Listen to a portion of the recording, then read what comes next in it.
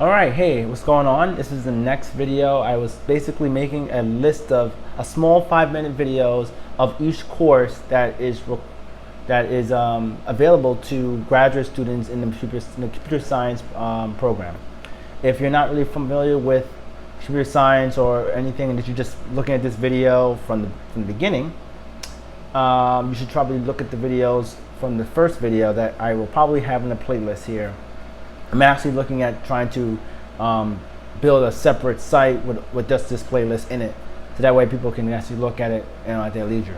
So the idea is to go ahead and to focus on the next course, which is Analysis of Algorithms, which is basically a course for designing efficient algorithms, including choice of data structures, recursion, branch and bound, divide and conquer, and dynamic programming.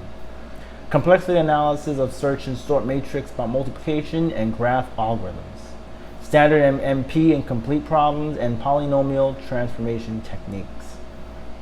This course is very challenging if you do not understand what an algorithm is, or you've never written an algorithm before in your life. When I first started with algorithms, I kind of understood the idea of what they were actually for. I actually kind of did a lot of research about the word algorithm, and the only thing about you to understand an algorithm is that you and me create algorithms all the time. Whether our algorithms are actually efficient, that's a different story. So algorithms are basically ways to solving a problem repeatedly and efficiently, but also predictably. You want to make sure, for instance, like there's the simple ways of looking at an algorithm is the algorithm that is used to bake a cake. Like if you want to bake any type of cake, every cake has an algorithm to bake cake. But then if you want to think more abstractly, like the algorithm to bake any cake, then you can just say, you have like eggs, milk, oil, butter, flour, but you might, maybe to bake like a cheesecake, you would need to have the implementations for a cheesecake, you get it? And then there's another implementation for a chocolate devil cake, or a vanilla cake, or a strawberry shortcake.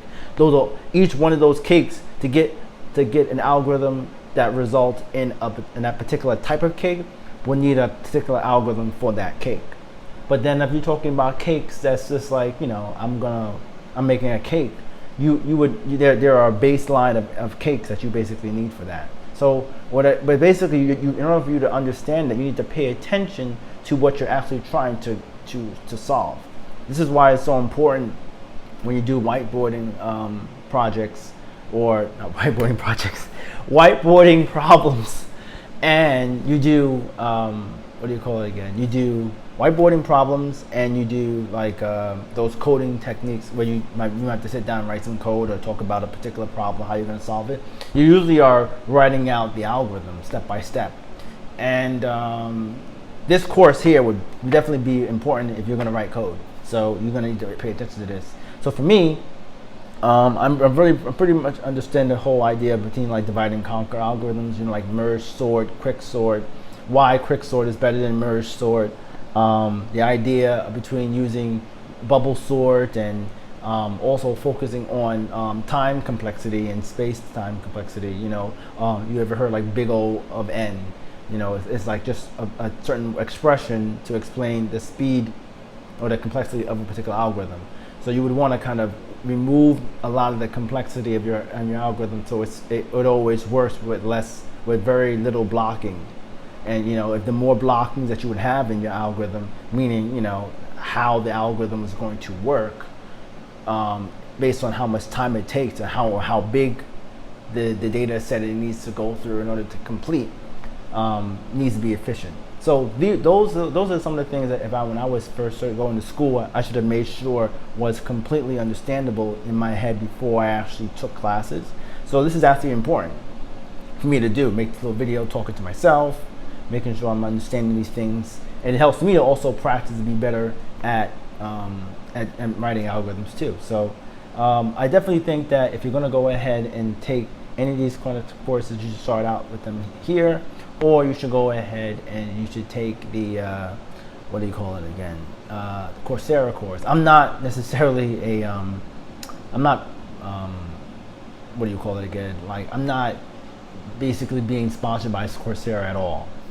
But after taking Coursera for the last 3-4 months while I'm in this pandemic here, it is great. I mean, I have an entire like process every week. I kind of get through all my courses and try to get the work done. And I think that's kind of one of the reasons why I'm actually like, oh, let me just see if I can do the master's program right now, you know? So the idea between algorithms and why you want to go ahead and do them is because of the fact that you want to make sure that you're writing an algorithm for a problem that's going to be efficient, fast, and predictable. You know what you're supposed to get from it.